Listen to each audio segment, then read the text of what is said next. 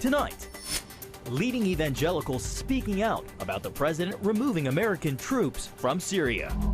The decision's been made. Now we have to deal with the fallout. We talk with Franklin Graham about the humanitarian crisis taking place as Turkish forces continue their assault on the Kurds across the Syrian border. And Democratic presidential hopefuls take the stage for their latest debate. We'll look at some of the biggest issues voters want to hear about. All this and more tonight on Faith Nation.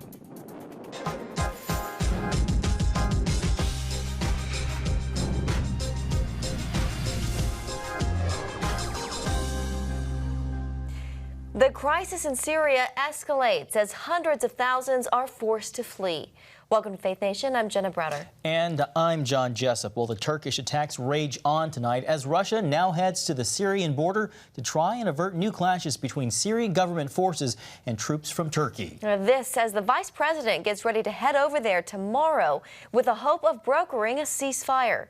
CBN News national security correspondent Eric Phillips joins us with the latest. Eric? Jenna and John, the vice president's visit will be on the heels of new sanctions President Trump put into place against Turkey Monday. Some say it's too late, given the number of reported civilian deaths and with more than 130,000 displaced in just the last week. The Turkish invasion of northern Syria shows no signs of slowing up, much less ending. Turkish leaders labeling Kurds terrorists, and President Erdogan even going straight to the American press. Writing in Monday's Wall Street Journal, as part of Operation Peace Spring, the Turkish military, together with the Syrian National Army, will remove all terrorist elements in northeastern Syria. You cannot negotiate and you cannot talk to a terrorist organization. This is unrealistic. On the Kurdish side, the pullout of U.S. troops led to a deal with Syrian dictator and U.S. enemy Bashar al-Assad, the Russian-backed leader ordering troops to join the Kurds in their fight against Turkey. Monday, President Trump announced sanctions against Turkey and asked Vice President Mike Pence to lead a delegation to the country, calling for a ceasefire and underscoring that sanctions will continue. And will worsen unless and until Turkey embraces an immediate ceasefire, stops the violence, and agrees to negotiate a long-term settlement. House Speaker Nancy Pelosi released a statement saying, in part, President Trump has unleashed an escalation of chaos and insecurity in Syria.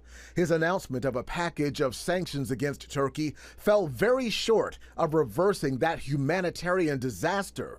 Meanwhile, Senator Rand Paul remains strong in his support for pulling American troops away from the Syria-Turkey border. The Turks said, we're coming one way or another with tens of thousands of troops. We had 50 troops. Would it have been smart to remain in the way of 10,000 troops or 20,000 troops coming in? So I think the president did the right thing. At first, the president ordered dozens of troops away from the Syria-Turkey border where the incursion was going to happen. Now, all 1,000 troops are leaving Syria, but Trump says they will remain in the region to help fend off an ISIS revival. Well, Samaritan's Purse is sending humanitarian aid to help those fleeing the Turkish invasion. The organization's president, Franklin Graham, joins us now for more. Reverend Graham, good to see you. Thank you. Good to be with you. You know, last week you urged Americans to pray for President Trump to reconsider this decision. Have you directly communicated with President Trump about his decision to pull out of Syria? I have communicated with the vice president. The decision's been made, and the president certainly had his reasons, and I respect his decision. But now we have to deal with the fallout, and that's right now about 200,000 refugees as of yesterday. I don't know what the count will be today. The fighting's taken along just a small portion of the border. Hopefully, the president can persuade the Turkish military to stop and have possibly a ceasefire because there's so many civilians that are just caught in this. Reverend Graham, how would you characterize that conversation with the vice president? Well, first of all, I think the vice president and the president want our prayers. And I would encourage people that are watching to pray for the Vice President, for the President. These are very hard decisions that we have to make. When I say we, they have to make. And I just don't want to try to second guess them. There's a lot of other factors that are involved in his decisions. There's tens of thousands of Americans that live in Turkey. We have bases in Turkey. They're part of NATO. We have agreements with Turkey. So I understand, we have those types of relationships. Reverend Graham, the administration has made religious freedom and fighting religious persecution a top priority. Does this move at all make you question that commitment? No, not at all. I was with the President of the United Nations when he spoke to the United Nations on religious freedom and religious liberty. No president in the history of our country has done this. The Bushes didn't do it. Obama didn't do this. The Clintons haven't done it. Reagan didn't do it. He is the only president to take this to the United Nations and make this a issue. And I commend him for that. And of course, his Attorney General Barr at, I think it was Notre Dame over the weekend, incredible speech defending religious freedom. Do you think evangelicals out in the rest of America feel that same way too, or does this move does he run the risk of losing some of their support because of this move? Well, I think you always run a risk of losing support when you try to do the right thing. The president, when it comes to Turkey and with the Kurds, he didn't want American soldiers involved and get caught in the crossfire in the middle. And he doesn't want to see us involved and get deeper into the Middle East. And that's his decision, and I understand that. But Samaritan's Purse is going to be responding. We've got people on the border right now with trying to get in. We think we'll be able to do that within the next 24 hours. And then we plan to start airlifting material. You just mentioned Attorney General Bill Barr and his words against militant secularists. How does what he said complement what you're doing with your nationwide Decision America tour? Well, the Decision America tour is about preaching the gospel of Jesus Christ, getting people to pray for our nation, getting them to pray for our leaders. And it's not just our Republican leaders.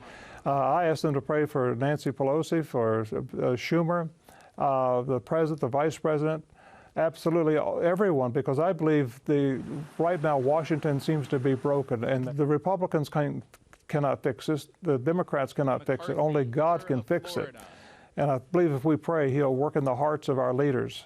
And I believe that that will happen. So I just encourage people to pray. The Decision America tour, we just finished here in North Carolina, 8 cities, encouraging, again, preaching the gospel, giving an invitation. We had over 4,000 people make decisions for Christ. And of course, we had about 70,000 people that came out. Beto O'Rourke, he wants to pull the tax-exempt status of churches that don't support gay marriage. Reverend, you say you will not bow to that altar. How do you see balancing the protection of religious rights against what many in the LGBTQ community call civil rights? Well, first of all, I think the left, the socialists, have made it very clear that they stand against the church. Unless we bow down and accept their agenda as it relates to the LGBTQ agenda, then they'll take our tax-exempt status. And everybody in the room cheered and clapped when he said that. And of course, the other candidates clapped and cheered as well. And that just shows you where their heart is and where they're going to go. I'm not anti-gay. I'm not going out speaking against gay people, fighting gay people, or anything like that. But I certainly don't want them to force their agenda on me to where I have to accept what they say is truth. It's not. It's a sin. And I care for gay people, love them enough to warn them that if they don't repent and turn from their sin, God will judge them. And God will judge all sin, whether we're liars or thieves. All of us are sinners. And if we have to repent and turn from our sin. And so I want the gay, lesbian people to know that if they repent and turn from those sins, God will forgive them and heal their hearts. But I'm not going to accept it and say what they're doing is fine. It's not fine. It's not fine with God. And they'll stand before Him one day. So I'm just shocked at how far the left has gone in this country. The socialists are going to start pushing their socialist agenda, and they're going to start with the gay lesbian movement. And if we don't salute and do what they want us to do, they'll take our tax-exempt status. And there'll be a lot of Christians who unfortunately will bow down and give in, and many have already. And I'm just not going to do that. All right, we're going to have to let that be the last word. Franklin Graham, thank you so much for being with us today. Thank you. Coming up, 12 candidates, one night. What to expect at the Democratic debate as the White House hopefuls take the stage.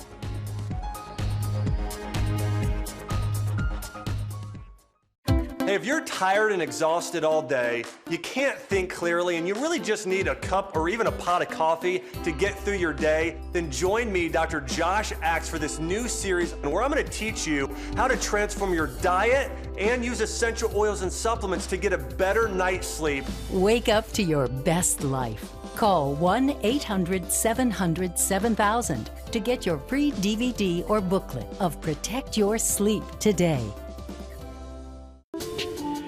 It's about the competition. I kind of put that pressure on myself, and I think people had expectations. It's about overcoming. We use this phrase all the time, keep chopping, keep practicing hard. It's about going the distance. I think as a father, it's my job, to lead. Just be the best husband and father I can be. Watch Going the Distance with Sean Brown Saturday night at 7:30 on the CBN News Channel. Orphans Promise is committed to loving and serving at-risk children, to helping keep families together, and to creating opportunities for strong and sustainable communities around the world. We're working in over 60 countries around the world, and with your help, we can do even more. There's an old African proverb I love that says, if you want to run fast, run alone. But if you want to run far, run together. At Orphans Promise, we want to run far so we can touch the lives of as many orphaned and vulnerable children as possible.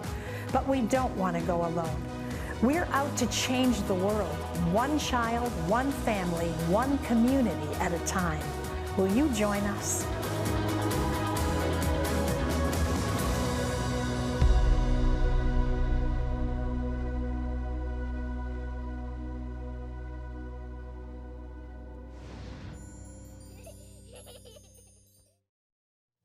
The field is narrowing, but tonight's Democratic debate might not feel like it. 12 candidates are set to take the stage, making it the largest single-night debate lineup in modern history. CBN's Amber Strong is there in Ohio for the big night. Good evening, John and Jenna, and welcome to Otterbein University, the background for tonight's presidential debate. This is an interesting location for the DNC. The university is located in a suburb of Columbus, Ohio, which went overwhelmingly for Hillary Clinton. But Ohio itself was a big win for President Trump in 2016. And although Democrats made some strides in 2018, there were a number of big Republican victories, including the governor's race. This has some analysts predicting that Ohio, like its neighbors to the west and the south, is going to go from purple to a deep red. I caught up with DNC Chairman Tom Perez earlier today and asked him how committed the party is to the state of Ohio. I spent the day part of the day with farmers yesterday.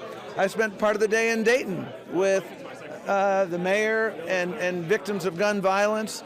I will continue to organize, and we will continue to organize and invest all around the country, all around the state and all around the country. Now, as we mentioned earlier, not only will the stage look a little different today, so will the stakes going into this debate. We expect the topics to go beyond health care and immigration this time around. That would mean a potential focus on impeachment, Ukraine, and Vice President Joe Biden, especially with the former VP's son, Hunter, talking to ABC News this morning. This is also the first debate since another frontrunner, should I say, Senator Bernie Sanders' heart attack. This could bring back the issue of age, or at least health, when it comes to the candidates. And while those may be big talking points back in Washington, we asked students here which issues actually matter to them when it comes to 2020. Bernie's free education for all is one thing that interests me particularly. So currently, because I'm paying for my undergrad, I don't think that free education is something that I'd be for. When it comes to age, I think then it puts a lot of weight on who the vice president is, because if something were to happen to the president, it's obviously important who's next in line. But that's not necessarily something that would influence my vote. We've had to grow up with going into drills and lockdown So I think it would weigh a lot more and like be really important to me personally if the candidates decide to choose more gun control. Now, one more important thing to remember, Otterbein University is about an hour and a half from Dayton, Ohio. If you remember, that's where that mass shooting took place about 2 months ago. So that's definitely a big issue on the minds of some of the students here. And it'll be interesting to see if it'll be a focal point for people like Beto O'Rourke again this time. Amber Strong, CBN News here in Westerville, Ohio. Thank you, Amber. Well, tonight's debate comes as Hunter Biden decides to break his silence after months of scrutiny. Now, his overseas business dealings have made him a key figure in the House impeachment inquiry against President Trump. CBN News White House correspondent Ben Kennedy joins us with those details. Ben? Jenna, John Hunter Biden is defending himself over his private ventures, saying he did nothing improper. Biden, however, admits to taking a misstep by not foreseeing how his decisions could affect his father's political career. By the way, whatever happened to Hunter? Where the hell is he? President Trump says you're in hiding. Hiding in plain sight, I guess. In an interview with ABC News, Hunter Biden denies breaking any laws by working for a Ukraine gas company while his father served as vice president. There's been a lot of misinformation about me, not about my dad. You didn't have any extensive knowledge about natural gas or Ukraine itself, though. No, but I think that I had as much knowledge as anybody else that was on the board, if not more. But the 49-year-old did admit he wouldn't have gotten the job had he not been a Biden. If your last name wasn't Biden, do you think you would have been asked to be on the board of Burisma? I don't know. Probably not. It was the president's request for Ukraine to investigate the Bidens, which triggered the impeachment inquiry. Did you and your father ever discuss Ukraine? No.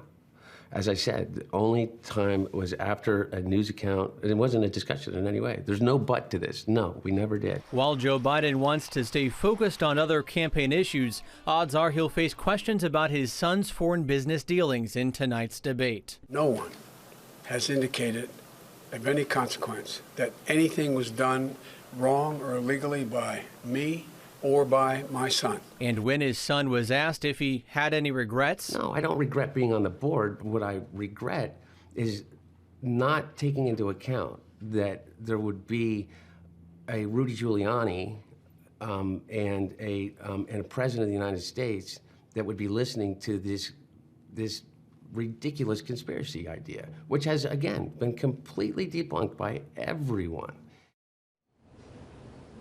Now, Hunter Biden announced he will step down from the board of a Chinese company. Joe Biden told reporters that if he is in fact elected president, no one in his family will serve on boards or work on behalf of foreign companies. John, Jenna? All right, thank you, Ben Kennedy at the White House. And CBN's David Brody will join us to break down all the day's top political news right after this break.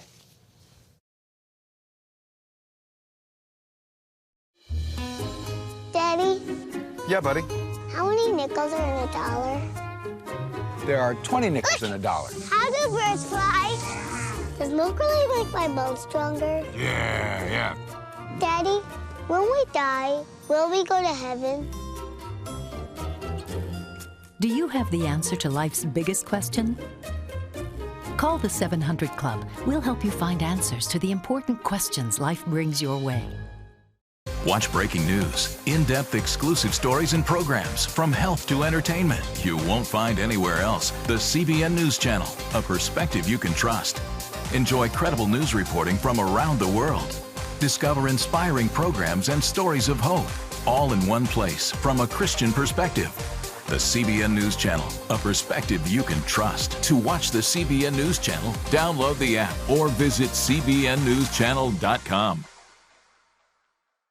Hello, I'm Dr. David Perlmutter, board-certified neurologist and #1 New York Times bestselling author. Wouldn't it be great to boost your energy, eliminate brain fog, and even reverse brain disease? Well, you can, and I'm going to show you how, along with some of the world's most well-respected brain experts, in this DVD, Protect Your Brain. Get Protect Your Brain, a free DVD only from the Christian Broadcasting Network.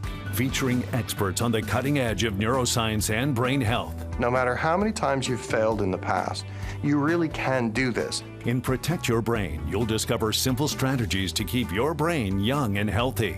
Improve your memory. Discover the gut-brain connection. In Protect Your Brain. Get your free copy at cbn.com or call 1-800-700-7000.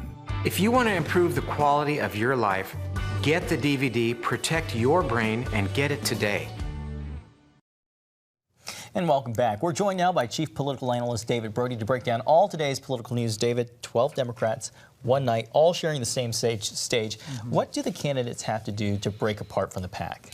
Well, I think you have two phases here, or at least two stages, so to speak. You've got the top tier, Bernie, Biden, Sanders, and we'll see what transpires there. I think a lot of it's going to be about Medicare for all and the taxes and middle-class tax cut. We can get into that in a moment.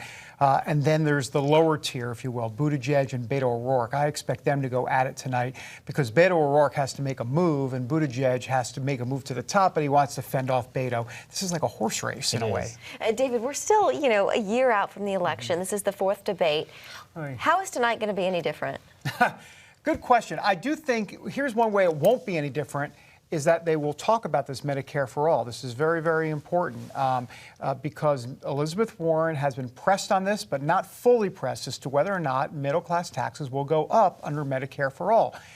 It seems like they get right to the cusp of, asking her about it, and then she defers or demurs, and all of a sudden they just move on to another topic. So it'll be up to the CNN moderators tonight to really get the other candidates to continue to push her for an answer. We have not gotten a straight answer from her, and I think that could be different tonight. We finally may get a straight answer. It may not be out of her lips, but that will be an answer nonetheless. Another candidate, Joe Biden. Do you think Democrats, sensing his slip in the polls recently because he's involved in the impeachment inquiry, will take advantage of his vulnerability and try to attack him on Ukraine, on Russia, on Ukraine, on China, and also Hunter Biden? No, I think he's got a Teflon quality to himself tonight because of, remember, his family's gone through a lot back in the days, of course, with the car crash and then Hunter Biden coming through drug rehab. I think he's a sympathetic figure to the Democrats. I don't think they go after him. I'd be surprised. I do think Elizabeth Warren will be one they go after tonight. Hunter Biden, Joe Biden's son, gave an interview to ABC News. He says that it was poor judgment to take that board position with Burisma, but that he did nothing wrong. David, did this hurt or help his father? Well, I think both camps are entrenched here, so I don't think it really moves the needle either way. Having said that, I thought he really made a big gaffe when he basically said that, yeah, my last name does mean something, and Burisma did hire me because my name is Biden. Well, if that's the case, well, then what Trump and Giuliani have been saying all along, which is, exactly, you were hired because your last name is Biden, so therefore, what did they expect when they hired you? What did Burisma expect? And I think that's where Trump wants to go with the corruption angle here, and that is something that they want to see investigated, and so I think that's something Republicans could make some hay on. Meanwhile, former National Security Advisor John Bolton reportedly described the effort to solicit help from Ukraine as a drug deal and called Rudy Giuliani a hand grenade. This all according to Fiona Hill's testimony to lawmakers. How much does this change things? Well, first of all, let me just say, I've already pre-ordered John Bolton's book because it's going to be a doozy. It's going to be a grenade. Yeah, and by the way, this story with John Bolton saying that just confirms what we've known all along, that he's leaking all of this on Ukraine, and that's where all of this is coming from.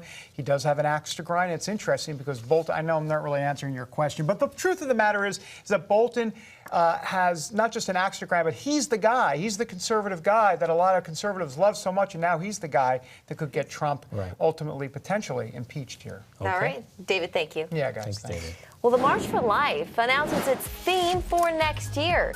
Next, why they say being pro-life is pro-women.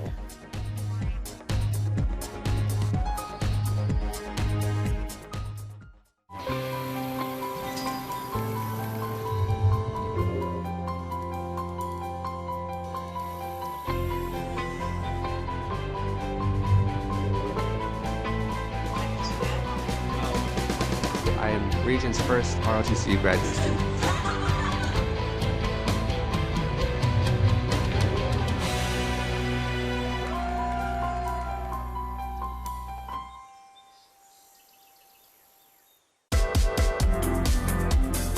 Meet the pastors who are preaching the gospel in a fresh, fearless way.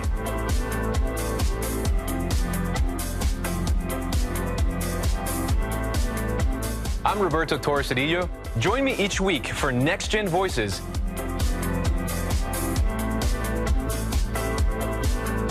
And watch God transform a generation.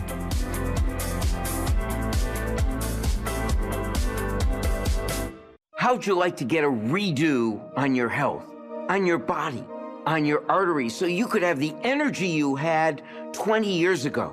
The great news is you can. I'm Dr. Mike Roizen, chair of the Wellness Institute at the Cleveland Clinic. I've written 4 New York Times bestsellers. But even better than having to read all that, you can listen to this DVD and watch it. Protect your heart? Yes, you can. Here's how.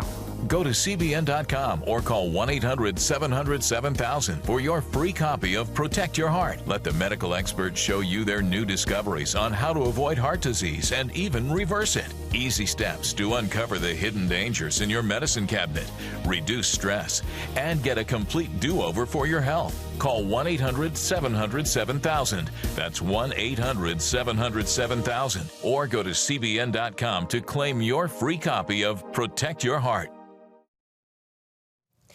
Well, at the core of the fight for most feminists is making life better for women. Many think that includes ensuring the right for abortions. The annual March for Life coincides with the anniversary of the landmark Roe v. Wade decision. And as Paul Strand reports, the theme of next year's event challenges the feminist notion head on.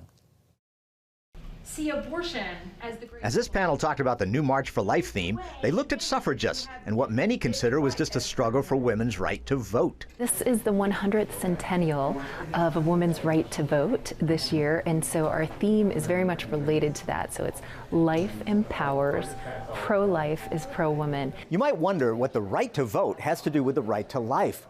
Well, 100 years ago, feminists understood instinctually that the two are intrinsically linked. They needed the protection that came from the power to vote in our republic, and they needed protection for the little unborn lives that only they could nurture and bring into the world. To be pro-woman was to be pro-life. Saren Foster heads up Feminists for Life. What most people don't understand is that the first wave feminists were, without known exception, all pro-life.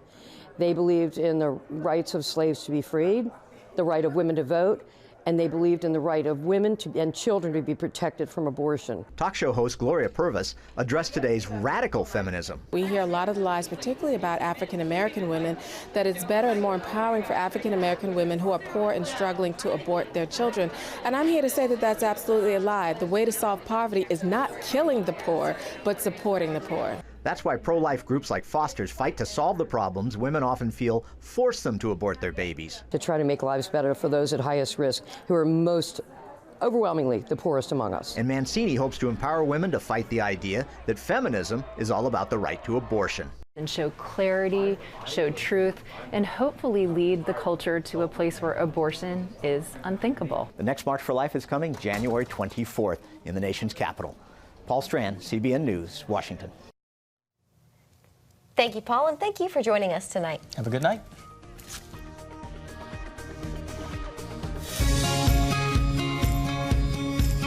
Young people, millennials, are flocking to church. It's not an exaggeration to say that we love to meet them and that we love to know their stories.